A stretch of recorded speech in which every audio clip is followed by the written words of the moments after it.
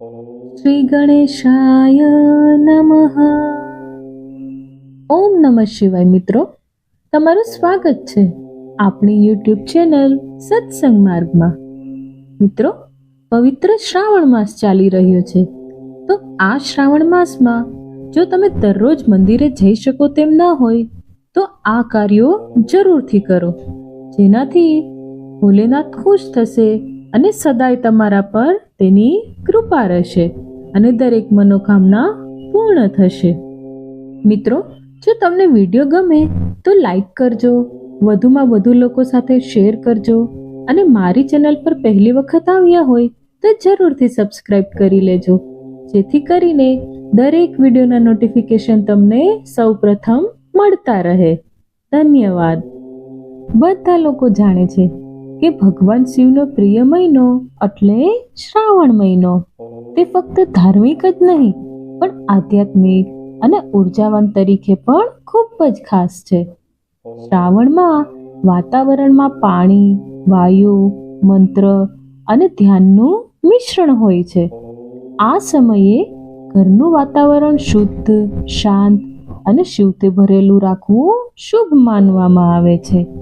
શ્રાવણનો દરેક દિવસ આધ્યાત્મિક સ્નાન છે, જ્યાં શરીર, મન અને ઘરને શુદ્ધ રાખવાની તક મળે છે.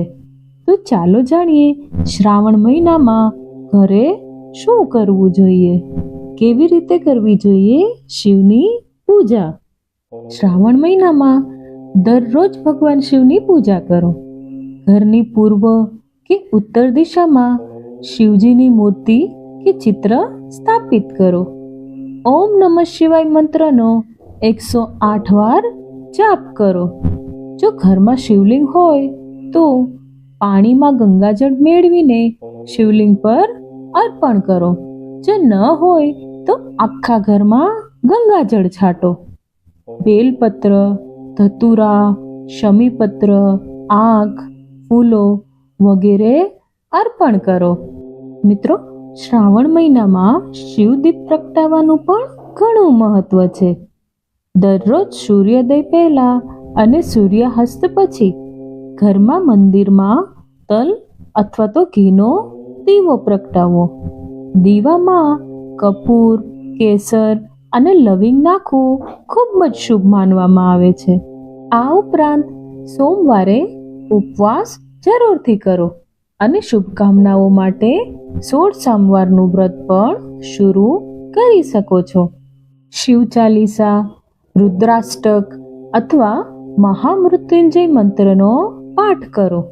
જો ઘરમાં કોઈ પુરુષ બ્રહ્મચાર્ય અને સંયમ સાથે શ્રાવણની સાધના કરે છે તો તે ખૂબ જ ફળદાયી નીવડે છે.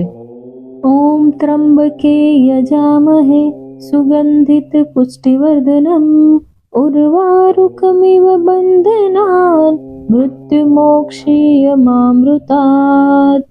ઓમ નમઃ શિવાય. તો મિત્રો, હું આશા કરું છું કે મારી આપેલી માહિતી તમને ગમી હશે. ગમી હોય તો કમેન્ટમાં ઓમ નમઃ શિવાય જરૂરથી લખજો. મને સાંભળવા માટે આપ સૌના ધન્યવાદ. ફરી મળીશું એક નવા વિડીયો સાથે. સૌને મારા જય શ્રી કૃષ્ણ. રાધે રાધે.